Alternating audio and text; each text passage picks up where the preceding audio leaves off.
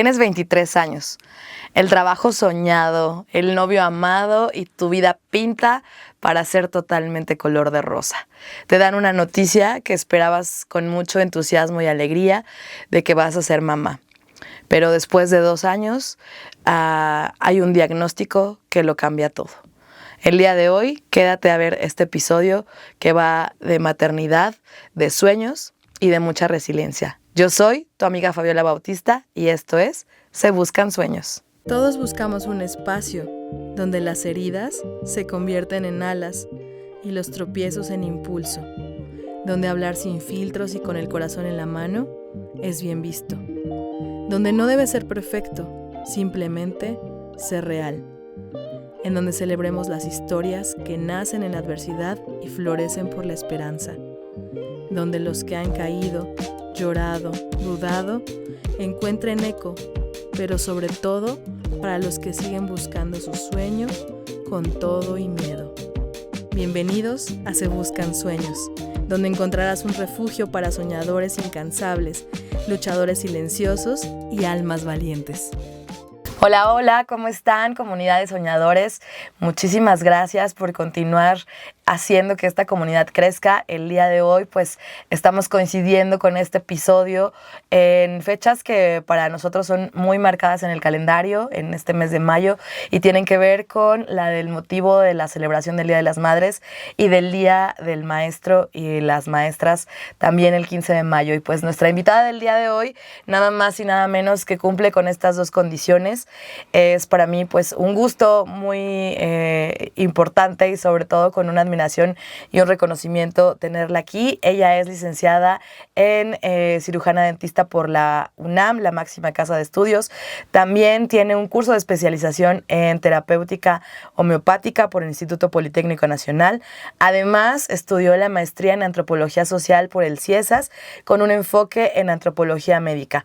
Es actualmente colaboradora de una línea de investigación en el posgrado de la Facultad de Estudios Superiores Zaragoza, también por la máxima casa de estudios, la UNAM, y además una gran madre, ser humano, inspiración, luz, faro, y bueno, ¿qué puedo decir yo? Una madre simbólica que admiro y quiero con todo mi corazón, María Silvia Hernández Zavala. Muchísimas gracias por estar aquí el día de hoy. Bienvenida. Yo dije la parte, pues, como siempre, ¿no?, de los títulos, pero por supuesto que el gran ser humano, la gran madre, la gran maestra, la gran persona que eres, pues está en todos los títulos que vienen inherentes. Y pues tener ese currículum no es nada sencillo con este reto. ¿Qué me faltó decir, Silvita?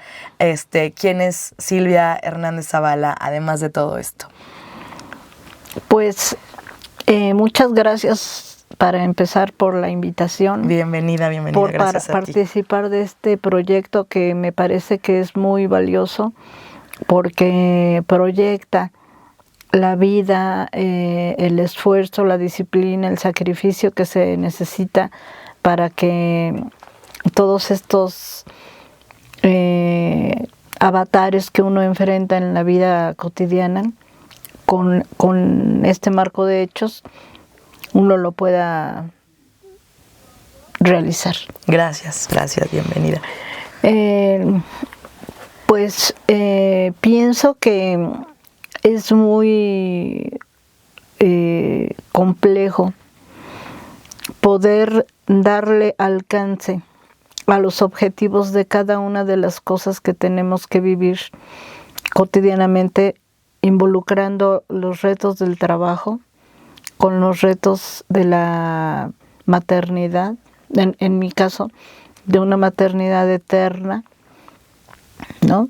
Ahorita nos vas a contar ese concepto de maternidad eterna. Una maternidad eterna, porque una maternidad convencional empieza a sentir libertad por ahí de los 11 o 12 años de los hijos, cuando empiezan a pensar y empiezan a cuestionar todo lo que tú les digas. Claro. Y empiezan a ver el mundo desde sus propios ojos. Yo no he vivido eso, ¿verdad?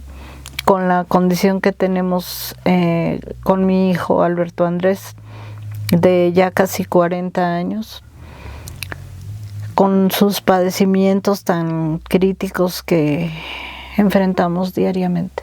Gracias por compartirlo, pero cuéntanos un poco esta historia. Como mujeres a veces nos ponemos en este proceso de querer ser madres, de vivir la maternidad como un sueño. La sociedad nos impone una serie de cargas que son muy complejas, y entonces esto de las buenas madres, de las malas madres, de maternidades lineales, de maternidades que parecen monolíticas, y a ti te ha tocado romper estos estigmas, pero me gustaría que para empezar nos contaras cómo fue esta sorpresa, esta idea, a los cuántos años te convertiste en mamá y cómo fue ese proceso. Bueno, en principio te diría de la condición de la pareja, ¿no? Que fue el padre de mi hijo. Digo fue porque ya murió en la pandemia, en el 20, cuando todavía no había vacunas, suficiente claridad en los protocolos de atención hospitalaria. Y todavía no había vacunas ni nada de eso. Entonces, la maternidad yo la había anhelado, pero no para la edad en la que la generé, porque el padre de mi hijo me motivó mucho a embarazarnos. Ok. ¿Y eras muy joven todavía? Era muy joven, en ese tiempo tenía 22 años. Wow. Entonces, ¿y tu primer amor? No necesariamente, no necesariamente fue el primero, pero sí era muy significativo porque la propuesta de él era hacer una vida de matrimonio como la que hace la mayoría, ¿no? Claro. Y claro que, tal como acabas de señalar, la sociedad te carga de una serie de estigmas y de cargas que difícilmente uno puede aventar librar por allá, ¿no? Librar. Es nuestra expectativa, ¿no? Entonces, yo creo que de alguna forma he sido una mujer muy afortunada, muy bendecida, muy protegida, con mucha suerte. Creo que eso es importante decirlo. Estrella y luz. Estrella y luz. Silvita. En el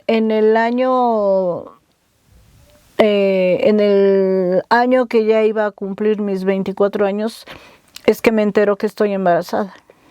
Okay. Pero cuando yo ya estaba embarazada, cuando yo supe que estaba embarazada, ya tenía coche, ya tenía 30 horas de trabajo docente en la FES Zaragoza, que entonces era la ENEP Zaragoza. Ya tenía consultorio en casa de mis padres, o sea, tenía todo. Todas las herramientas para ser una mamá superpoderosa. Yo veo la realidad de la mayoría y digo, es que yo tenía todo. Tenía riquezas de todos los tipos. Tenía el importantísimo regalo de un padre amoroso, de un padre que te protegía, te daba tu lugar, te orientaba, te apoyaba en las decisiones que tomaras. Y esas cosas pesan tremendamente en la forma en la que uno crece. Y enfrenta la vida y ve y en la forma en la que enfrentas la vida y en la forma en la que tú te proyectas hacia donde quieres llegar.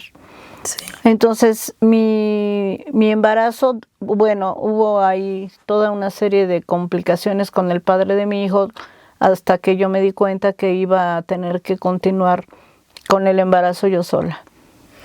Oh, qué difícil. Y justo en esa expectativa, ¿no? Ajá, justo en esa expectativa, porque él me había pedido por 11 meses un embarazo. No solo hacer vida de pareja, un embarazo. Entonces yo estaba así como que segura de que eso quería. Y que el día que iba a anunciarle que ya estábamos embarazados, iba a ser el hombre más feliz. Iba a ser el hombre más feliz, cosa que no fue así. Entonces, para esa época, siendo dentista y siendo profesora ya de la ENEP Zaragoza, pues tenía muchos elementos para poder decir, pues yo sigo con el embarazo. Yo puedo. Yo puedo. Como dirían, no vas a ser ni la primera ni la última, desafortunadamente, en esta sociedad donde es más fácil juzgar a las madres que hablar de las paternidades ausentes, ¿no? Gracias. Ay, perdón, Sí, pero... Adelante, adelante. Hace mucho calor aquí. Perdón. Entonces, vivimos el primero y el segundo año de la vida de mi hijo como todas las mamás. Él entró a la guardería del ISSSTE, que yo tenía ISSSTE por mi trabajo en la UNAM. Y cuando iba a cumplir ya los 2 años, la trabajadora social de la guardería me llamó para decirme que ella veía datos de retraso en mi hijo. Y yo me escandalicé y le dije, ¿cómo que datos de retraso si nació con un Apgar de 9 y 9.5 a los 10 minutos? Nació en perinatología, recibió la mejor atención posparto que se pueda tener en esta Ciudad de México. Y me dijo, él tiene ya 2 años y no habla. Y pellizca a los niños. Y entonces me dirigí con otra amiga odontóloga también, que en ese tiempo ya era mi colaboradora en la UNAM. Y me dijo, te voy a dar el dato de una terapeuta del lenguaje. Llevé a mi hijo a la terapeuta del lenguaje. Y después de varias sesiones, ella me dijo, yo le veo datos de retraso a tu hijo. Yo creo que conviene que lo vea un neuropediatra. Quiero que te imagines ese golpe, que es brutal, porque ella no era nada más la trabajadora social de la guardería, ahora era también la terapeuta del lenguaje. Y enfrentarte a una realidad. Y enfrentarte a una realidad que ni te imaginabas. Obviamente, se pasa por todos los procesos del duelo, desde la negación, para empezar, ¿no? El enojo, la frustración, etcétera. Porque a nosotros. Y bueno, ya para entonces yo tenía mi salario de la universidad, de mis pacientes que atendía en mi consultorio, pero pues pensar en recibir atención de la terapeuta de manera cotidiana era ya un gasto que no podía enfrentar de manera sistemática. Claro. En la guardería del ISSSTE, la trabajadora social me dijo que definitivamente pues no podían mantenerlo más tiempo ahí. O sea, ese es como un gran primer rechazo que tú vives de tu hijo. O sea, es un rechazo, porque no pueden exponer a los niños sanos con el niño enfermo. Qué difícil. Entonces, 2 o 3 amigas me dijeron, es que tú necesitas recibir terapia también, porque son ya muchas cosas que tienes acumuladas. El abandono de su padre y luego saber que él tenía un problema. Cuando fui con el neuropediatra, él me dijo que tenía que manejarle un tratamiento con antiepilépticos. O sea que una condición con un espectro sí más amplio del que sí había un daño, que sí había un problema, que lo tenía que atender. Y pues ya para entonces no me alcanzaban los ingresos como para yo poder también recibir terapia de manera sistemática. Entonces, esa fue como la primera escalada que tuvimos durante su vida. A partir de ahí se han ido generando toda una serie de acontecimientos relacionados con sus escuelas, con sus tratamientos farmacológicos. Al día de hoy tenemos una experiencia con el manejo psiquiátrico de los fármacos. ¿Y su diagnóstico fue el mismo o también te lo fueron cambiando? Su diagnóstico fue para retraso cerebral, pero es una trayectoria curativa tremenda, Claro. enorme. Y al día de hoy, que tiene sus 39 años, en agosto cumple 40, tiene que tomar 7 medicamentos en la mañana, 7 medicamentos a la hora de la comida, 8 medicamentos en la noche. Y tenemos que manejar la economía, las circunstancias propias para que él consuma el medicamento, porque es muy reacio ya a estas alturas a veces a tomarlo.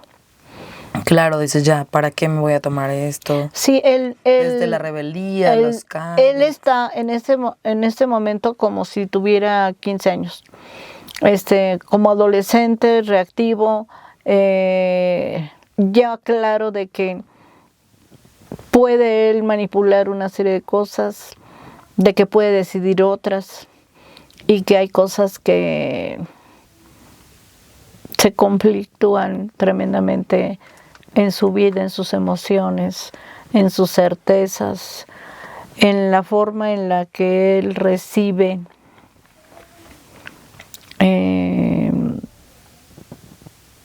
la atención o la aprobación, Claro. o la aceptación afectiva, cognitiva de otras personas.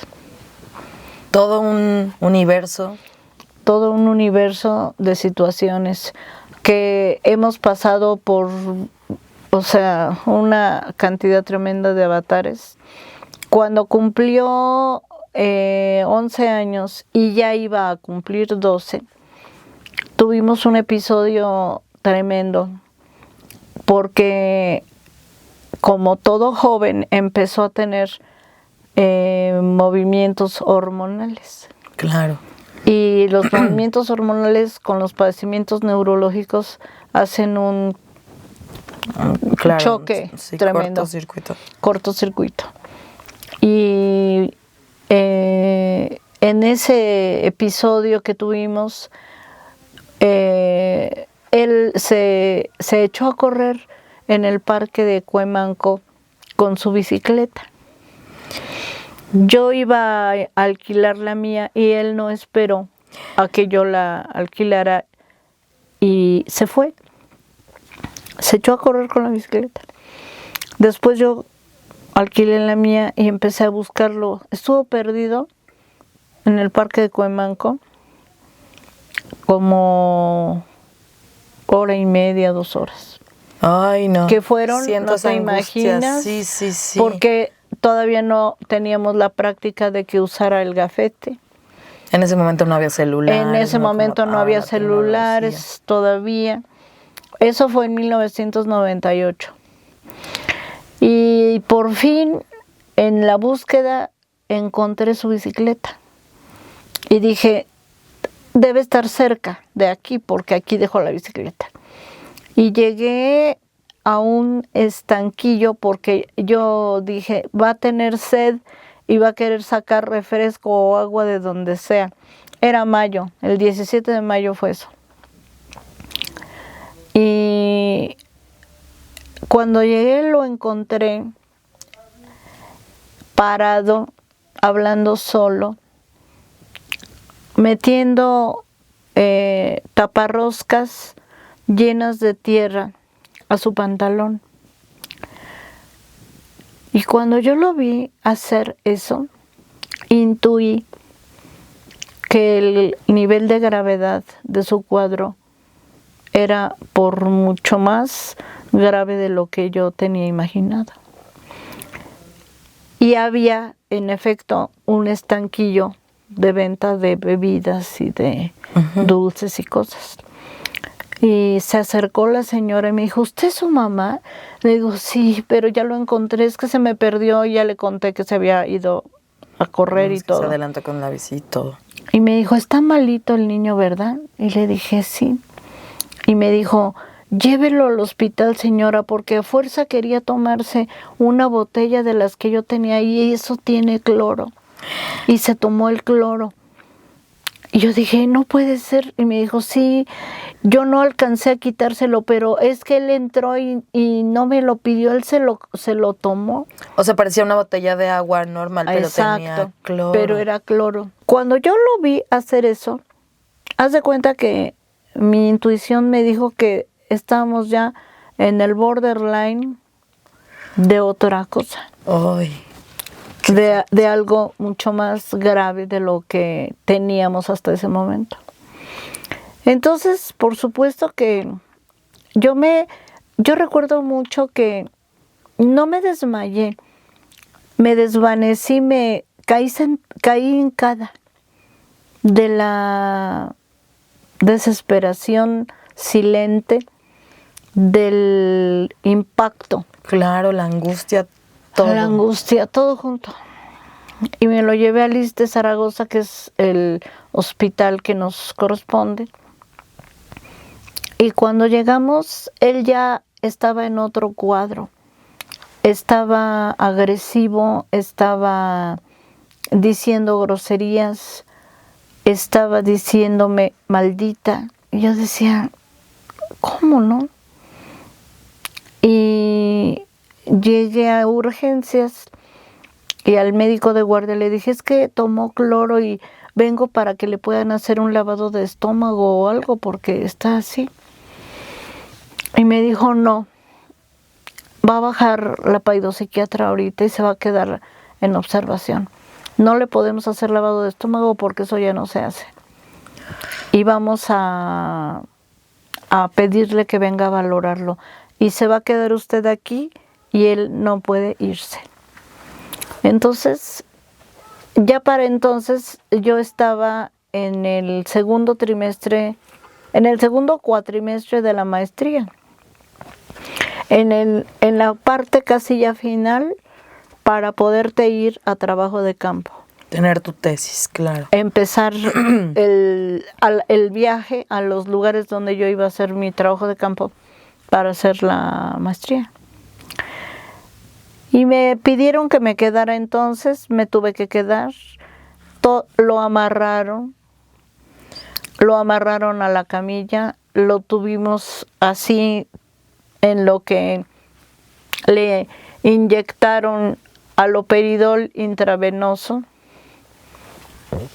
Después me enteré que ese medicamento ya no se usaba para ese tipo de cuadros. Estuvo casi 2 semanas hospitalizado y a partir de ahí nuestra vida cambió completamente, porque el cuadro cambió. Con esa circunstancia.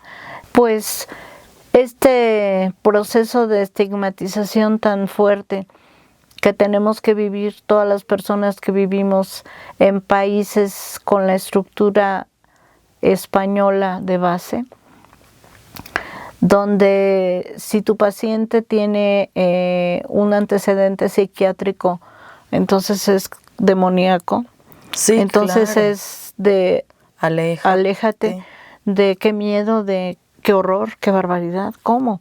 O sea, todo el volumen de peso social que hay sobre este tipo de padecimientos. Yo, aunque era dentista, aunque ya había hecho mi especialidad en homeopatía, aunque ya era actor de salud desde hacía muchísimo tiempo, pues no iba a ser la excepción. Es decir, tú vives eso en tu hijo y no te escapas de vivir la estigmatización sí, aunque que hay alrededor de este tipo de situaciones. Y tú como una profesionista, Claro. con tus aspiraciones, con tus sueños, sí, qué complejo, porque al final con todas las herramientas que tú nos comentas que has tenido, con tu red, con quien te decía tú también tienes que atenderte este proceso, pero ¿cuántas mamás que de alguna manera les decimos especiales, se han tenido que enfrentar a esto desde otras condiciones y desde otras interseccionalidades, como ahora justamente en este enfoque antropológico de la interseccionalidad de lo que las atraviesa, si hay una condición indígena, de pobreza, de vulnerabilidad, como madre autónoma que no tiene una pareja, que no tiene estas redes? Es un problema de verdad complejísimo en nuestro país, en la ciudad, en otros lados, y en no entender la maternidad desde este arista, ¿no? Y yo quisiera preguntarte cómo fue que ante este desplome como nos compartes, yo imagino esta escena y se me parte el corazón, pero ¿cómo fue que esta mamá estoica se puso de pie y dijo: yo tengo sueños, yo voy a salir adelante con mi hijo, yo voy a hacer estos estigmas a un lado para darle una calidad de vida? Porque yo conozco a Andrés, he convivido con él, y si no tuviera el milagro de mamá que tiene, su vida sería completamente diferente. Claro. Sí, desde luego. Cuando yo al comienzo de nuestra charla dije que me consideraba una mujer, un ser social, una persona muy bendecida, muy acompañada, muy iluminada,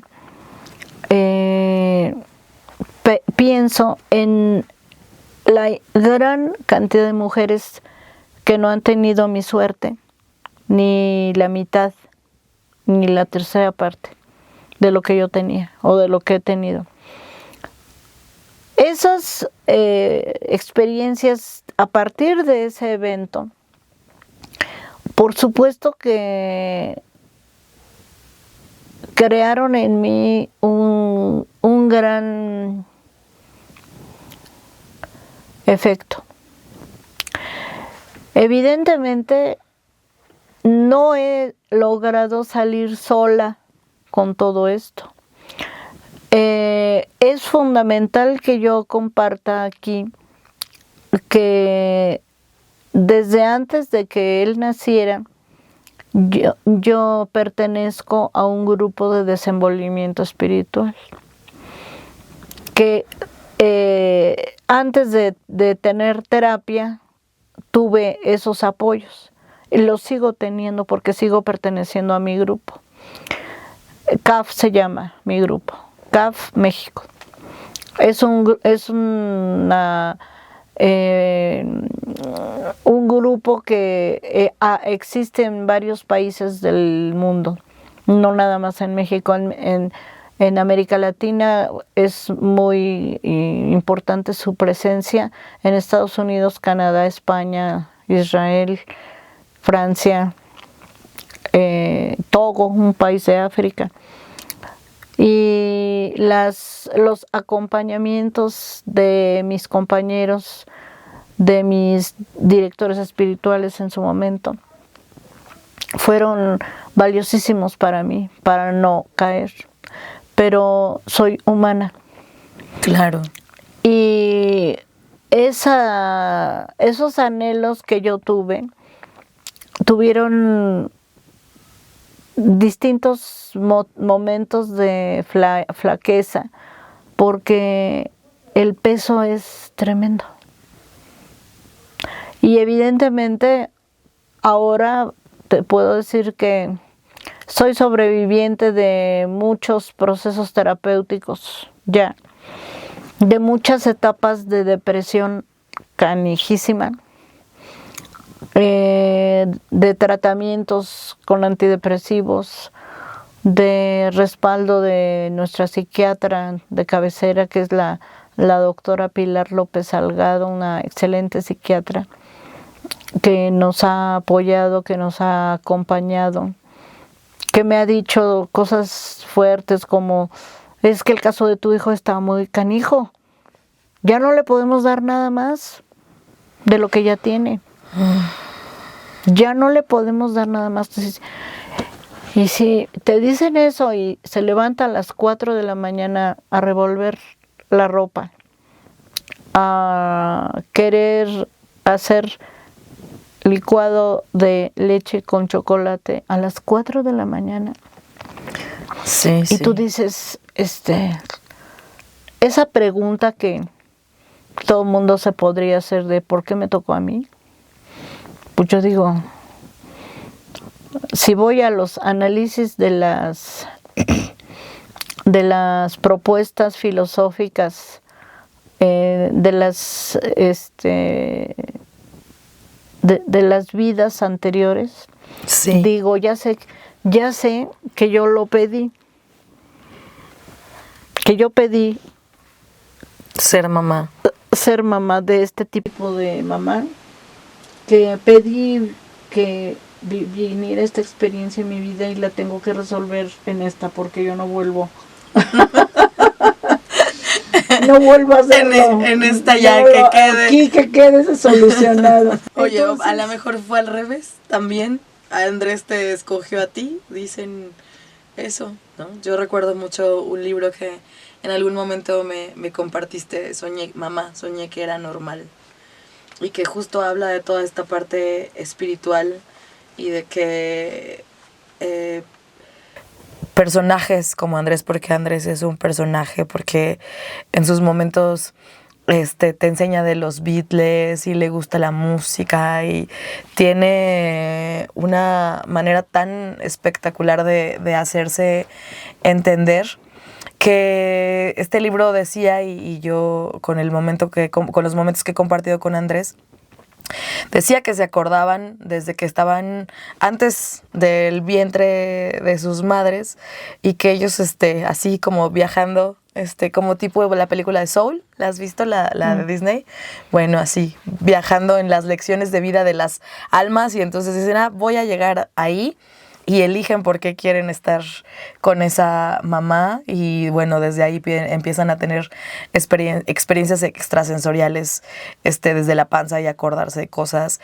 Y se hablaba en este libro de una investigadora como tú, extranjera, ella me parece, no sé si de Canadá o de Estados Unidos, ahorita no recuerdo muy bien, hace bastante tiempo que leí este libro, y te digo que siempre recuerdo cómo en esta parte del rigor científico, de pronto más del rigor científico, esta parte espiritual de la que tú hablas, pues a esta misma autora le movió todo, porque en su investigación, sobre todo trabajando con personas, infancias autistas, que no hablaban, que no tenían un mismo el lenguaje, ¿no? Pero que sabían leer y escribir porque habían aprendido a través de los hermanos y todo esto.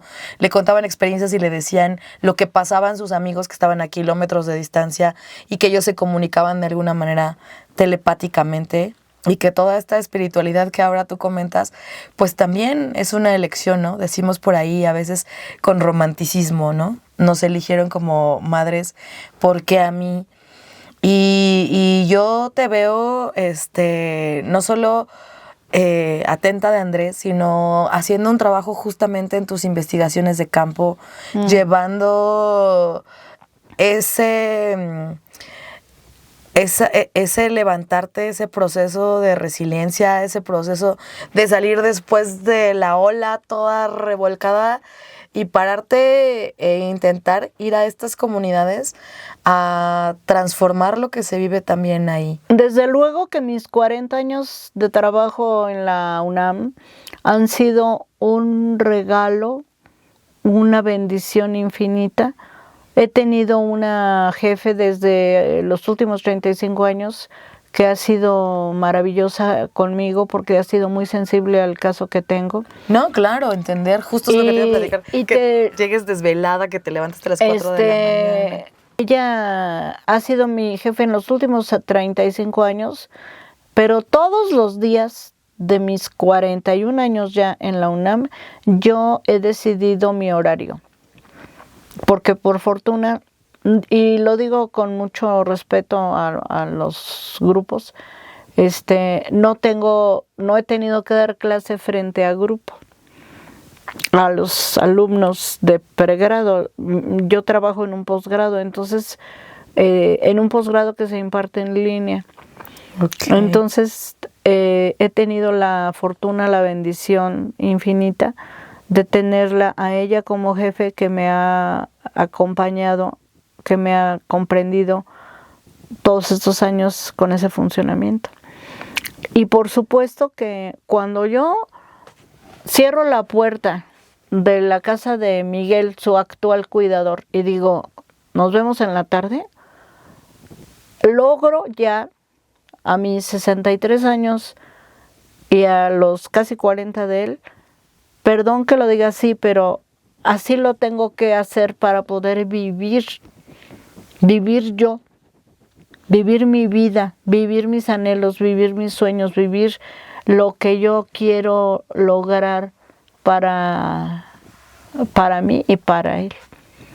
Entonces me voy a la casa, porque Miguel, su cuidador, vive enfrente de nuestra casa, entonces nada más me cruzo la calle y ya llegué.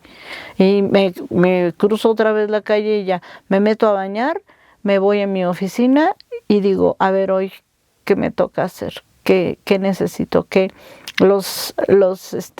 Calificar los alumnos sus tareas de las aulas virtuales, pendientes de mis tesistas, preparar una participación en un congreso, ponerme de acuerdo con mi compañero y con Rebeca, mi jefe, para ver cómo le vamos a hacer con las ponencias. Y meterte en la vida académica cotidiana, profesional del posgrado, en una escuela que te ha dado todo. Claro. Que te ha dado esto que estoy diciendo, estabilidad laboral. Yo sé que el ambiente de la iniciativa privada puede tener mejores dividendos, pero también tiene mayores compromisos. Claro, y tú tienes que adecuar tu vida. Que durante todo este tiempo yo prefiero sentir paz. Al día de hoy prefiero sentir paz, sentir serenidad, poder disfrutar las cosas.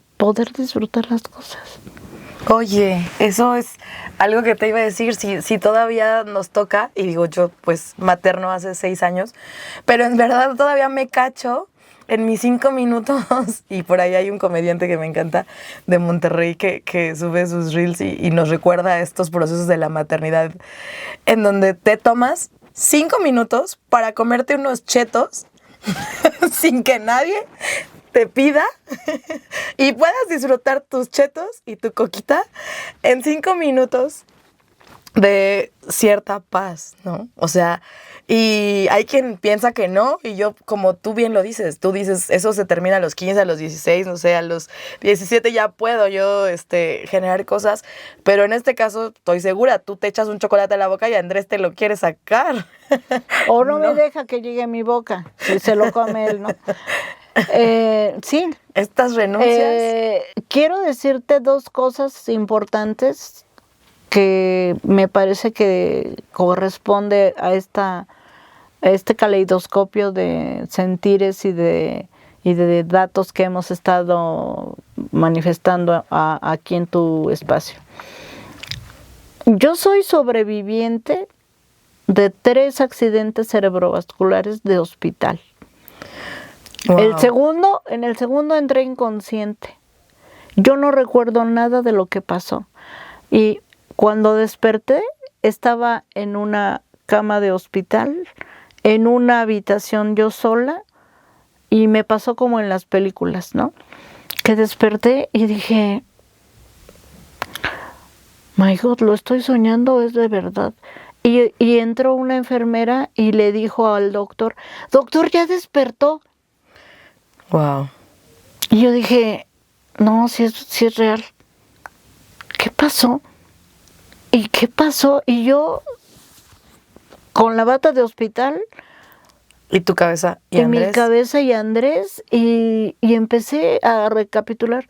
Y haz de cuenta que no me había pasado nada. Estuve 24 horas así. Qué fuerte. Y en el primero estuve 3 meses con anticoagulantes, con la atorvastatina para disminuir los niveles de colesterol, con acompañante, porque no podía estar sola en ningún momento porque se podía presentar otro evento. Y el tercero fue otra vez de hospital, pero en este nada más estuve como 18 horas ahí. Ya me dieron salida porque pude dormir muchas horas y ya pude reaccionar bien. Y he tenido muchísimos otros episodios de días más chiquitos, ¿no? Pero yo estoy clara de que esas situaciones que se presentaron, claro que tenían que ver con cansancio acumulado, con estrés acumulado. Claro. Porque a pesar de todo eso, yo decía, no, o sea, yo tengo que seguir mi rollo como a mí me gusta. Dar mis clases de homeopatía, atender mis pacientes de homeopatía, fuera y más allá de mi trabajo fundamental de la UNAM. Ir a las fiestas de graduación, digamos, de los alumnos que terminaban su diplomado. Ir al brindis, estar con ellos, comer con ellos. Son cosas que me congratulo de haber podido decidir vivirlas bien. Y aferrarte. Y aferrarte a que tienes que salir bien, porque eso es, yo dije, cuando me tocaron los 3 meses de anticoagulantes y tenía que estar acompañada, dije, ay no, yo puedo aguantar que Andrés tenga que tener acompañantes terapéuticos, pero yo... Y entonces toda mi vida y mis dinámicas y mi libertad, ¿dónde quedaba, no? Entonces, eso fue fuerte, ha sido fuerte. Y por fortuna se retiraron esos episodios y ya tiene varios años que no he tenido ninguno. Y estoy muy bien, muy feliz con mi último cardiólogo que acabo de visitar el lunes pasado. Él es internista y es cardiólogo, entonces es la combinación perfecta para un caso como el mío. Sí, ¿no? Claro. Qué importante esto que nos compartes y hablar de una maternidad desde todas las ópticas. Si bien ahorita hay en el debate público esta idea de resignificar los cuidados, de darle un valor a todo esto, que tú tienes que depender de esta red para que justo tus sueños puedan continuar, para que puedas atender lo que te gusta, para que no dejes de lado tus pasiones, para que no renuncies por completo a lo que quiere Silvia por ser la mamá de Andrés, ¿no? Eso es muy complejo. Y yo quisiera preguntarte como lo hago en todos los episodios. Y es una pregunta fuerte, ¿no? Pero con mucha sensibilidad. ¿Qué le dirías a esa Silvia de 20 años que no se imaginaba que iba a vivir?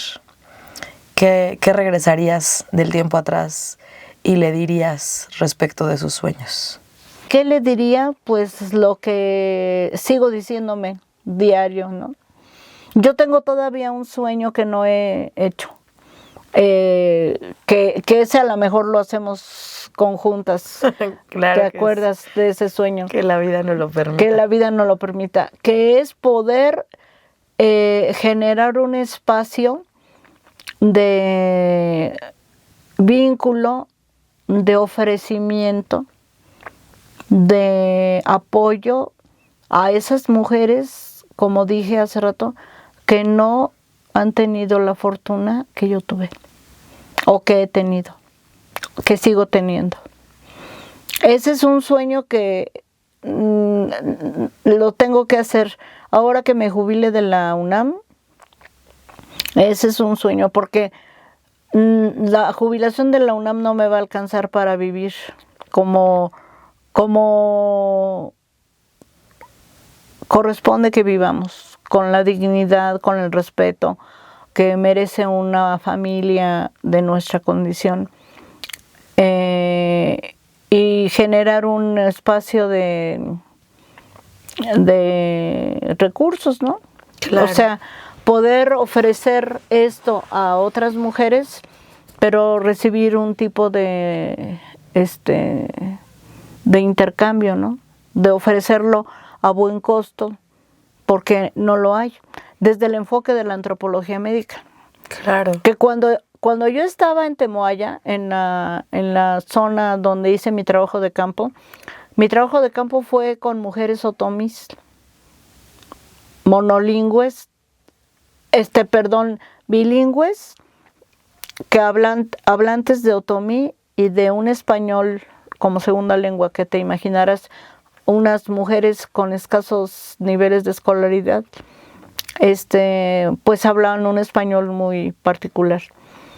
Y entonces yo estaba haciendo las entrevistas a ellas, preguntándoles de la saliva de sus bebés, de sus primeros dientitos que les estaban saliendo, qué recetas ellas tenían, cómo atendían sus diarreas, cómo era el amamantamiento, cómo cuidaban ellas en su calidad de campesinas el cuerpo para poder amamantar, etcétera, ¿no? Todo una pléyade de conceptos, de bloques temáticos, de ítems que tenían que ver con el primer brote dental del bebé otomí. Y entonces yo estaba preguntándoles todo eso, yo decía, yo debería estar haciendo entrevistas, pero de mujeres que tengan condiciones como las que yo tengo ahorita. Eso fue en 1998, te dije, 99. Entonces, todos los días que les reviso las tareas a mis alumnos, empiezo a pensar otra vez en ese sueño que tengo, que lo voy a hacer real. Estoy segura que sí. Y los sueños se entrelazan. Y no sé cuánto de esto hayamos tenido oportunidad de hablarlo, Silvita, pero creo que es importante que esta comunidad sepa que cuando empezamos con este podcast era justo hablar de los sueños, de que lo que nos motiva, de compartir esperanza. Y yo hoy especialmente quiero agradecerte mucho porque si Fabiola Bautista es lo que es, y Fabiola Bautista ha tenido muchos sueños, uno de ellos que fue estudiar ciencia política, porque antes quería ser acompañante terapéutica y estudiar en pedagogía y en educación especial, justo tiene que ver con la forma en que este sueño que tú tienes ha tocado mi vida, y en el que Andrés y tu luz, tu faro, pues también me hicieron consciente de esta realidad, de esto que tú nos contabas al principio de la dificultad de maternar en autonomía, de buscar la economía para estos medicamentos. Y entonces a esa Fabiola de 17, 18 años se dijo, pues entonces no voy a ser maestra de educación especial, quiero hacer grandes cosas, quiero llegar a un espacio de toma de decisión para que justo muchas mujeres puedan lograr este sueño que tú dices, tener este cuidado, tener este acompañamiento, sentirse con esa capacidad de poderse sentar a tomar un masaje o a leer un libro y saber que tienen la certeza de que su hijo, hija, su infancia está acompañada. Y bueno, se han generado avances, hemos visto cosas, pero ese sueño sigue ahí, de hacerlo, de materializarlo, de tocar la vida, de llenarnos de esas historias resilientes y de acompañarnos en esa red con otras mujeres. Y estoy segura de que ese sueño lo vamos a lograr, sí, porque nos también faltan muchos sueños todavía. Pero que está bien bonito reconocer cómo un sueño te va llevando a otros, a personas, a gente que se une, y que también, ¿no? Vas cambiando de sueños, los abandonas. La ruta no es la misma, el camino puede ser diferente, pero cuando los sueños se tienen con esa claridad, las metas se tienen con esa claridad, pues vas avanzando poco a poco. Y para mí, pues tú eres un ejemplo, como lo digo, no solo de resiliencia, sino que en esta adversidad, en este complejo, en esta maternidad eterna, en este cuidado eterno, eres alguien que sigue pensando en los demás, que no se queda en este proceso de víctima de lo que me ha pasado a mí, de por qué a mí.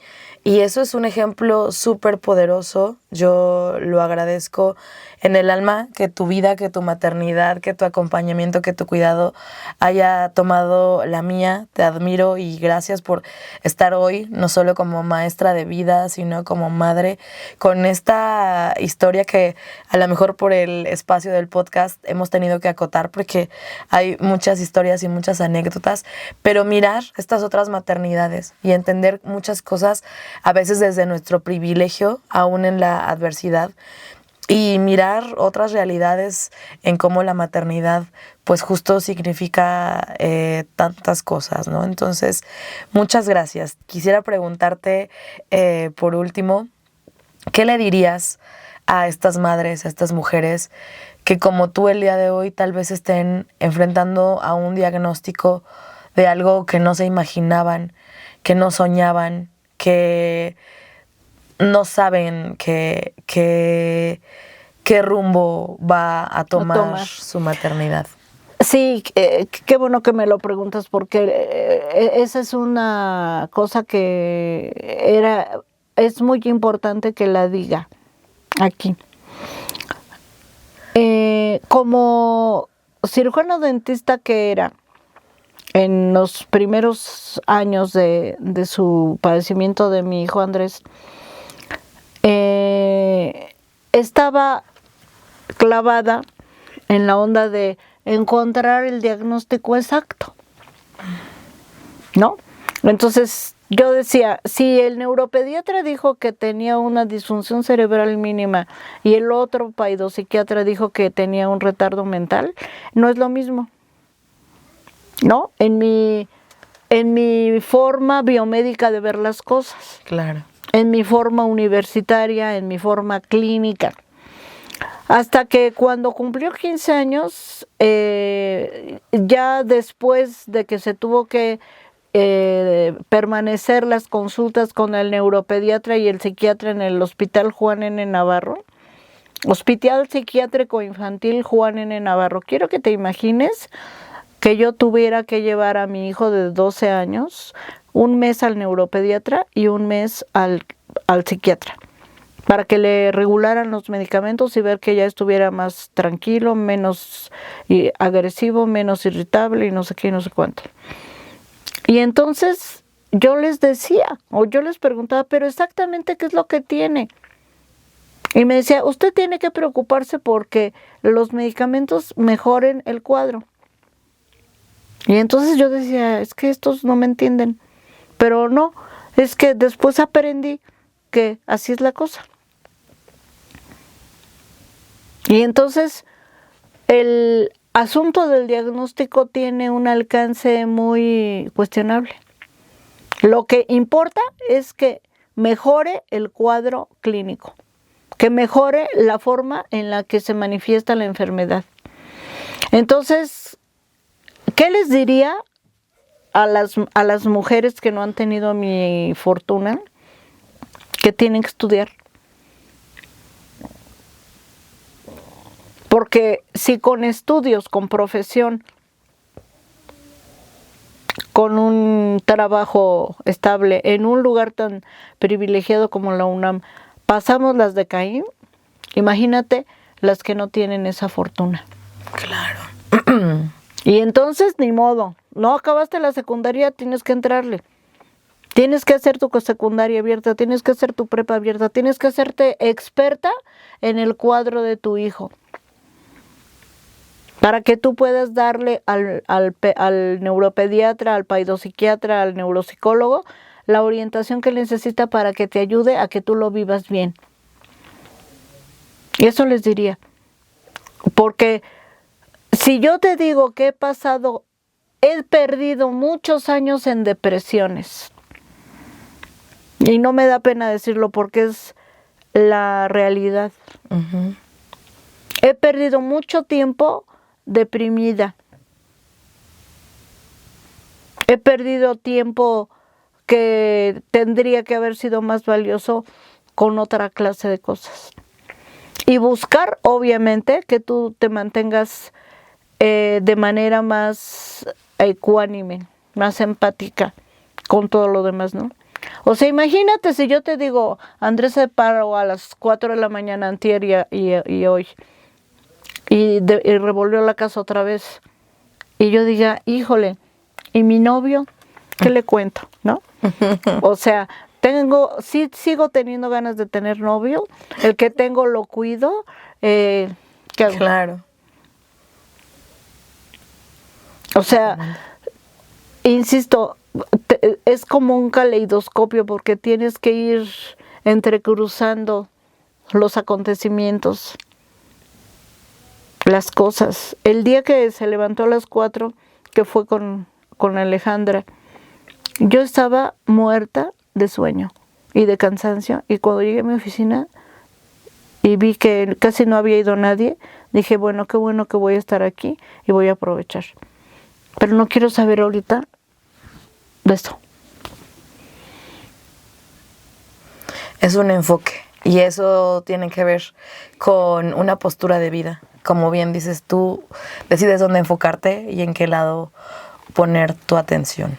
Pues Y tiene que haber una fortaleza para decir, ahorita no voy a pensar en él. Ahorita voy a dedicarme a esta tesis que ya está por salir. Esta alumna que logró este tipo de conocimiento, que transformó su percepción de la salud, de la profesión, de sí misma. arrancarle de alguna manera nuestros sueños a la maternidad. Así es. O sea, poner como cada cosa en su lugar sin sentirse culpable, porque Sí. toda la sociedad te marca que la madre es pluripotente. A mí me da risa y me da coraje esos anuncios de televisión donde la muchacha o la señora joven se va a ganar el premio del beso de sus niños porque trapeó con un limpiador, ¿cómo se llama? Fabuloso. O sea, ella trapea con Fabuloso y se gana el beso y el abrazo de sus hijos porque limpió bien. Yo digo, perdón por lo que voy a decir, chingada madre.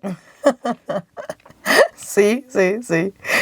O le dan un beso porque les lavó el suétercito con Suavitel. O hay ofertas de licuadoras y lavadoras para que limpie mejor la ropa. Sí, Y no. tú dices, ¿qué es eso? Una carga que... O sea, es una carga social que no se acaba porque se sigue cultivando, se sigue manejando a través de esta clase de cosas. Totalmente.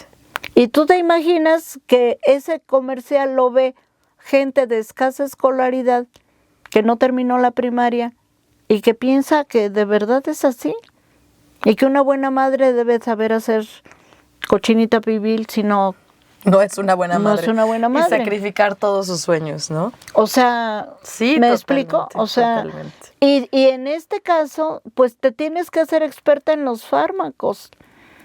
Te tienes que hacer experta en el cuadro clínico, te tienes que hacer experta en qué va a pensar cuando se baje y está la luz de la sala prendida.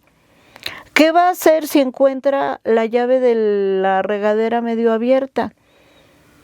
Hablo del padecimiento del mío, ¿no? O sea, yo me he tenido que ser experta en su cuadro para que funcionemos lo más favorecedoramente posible y sin tanto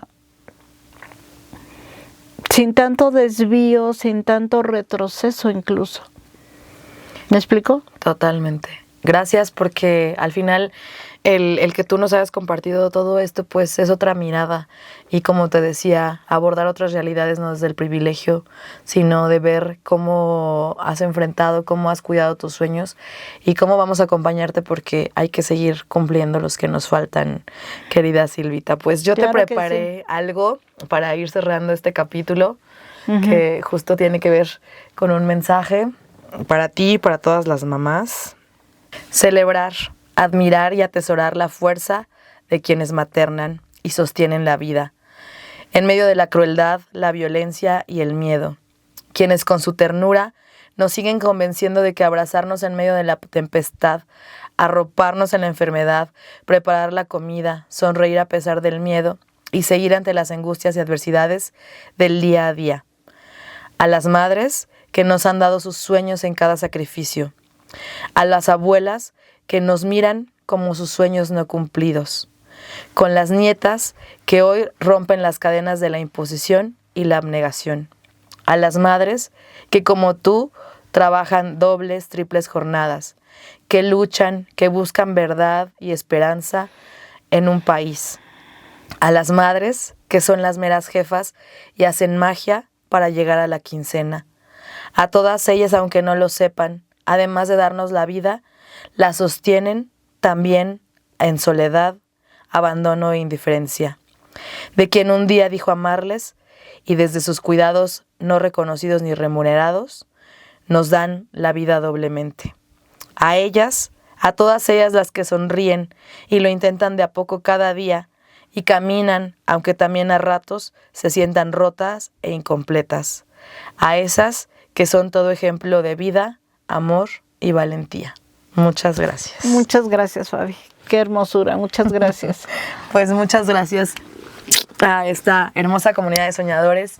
Pues estamos preparando otros capítulos para cerrar esta temporada, así que no se olviden de activar las notificaciones, de suscribirse al canal y de seguir pendientes de muchos sueños que todavía están por cumplir. Yo soy su amiga Fabiola Bautista y esto es Se Buscan Sueños. Se buscan sueños,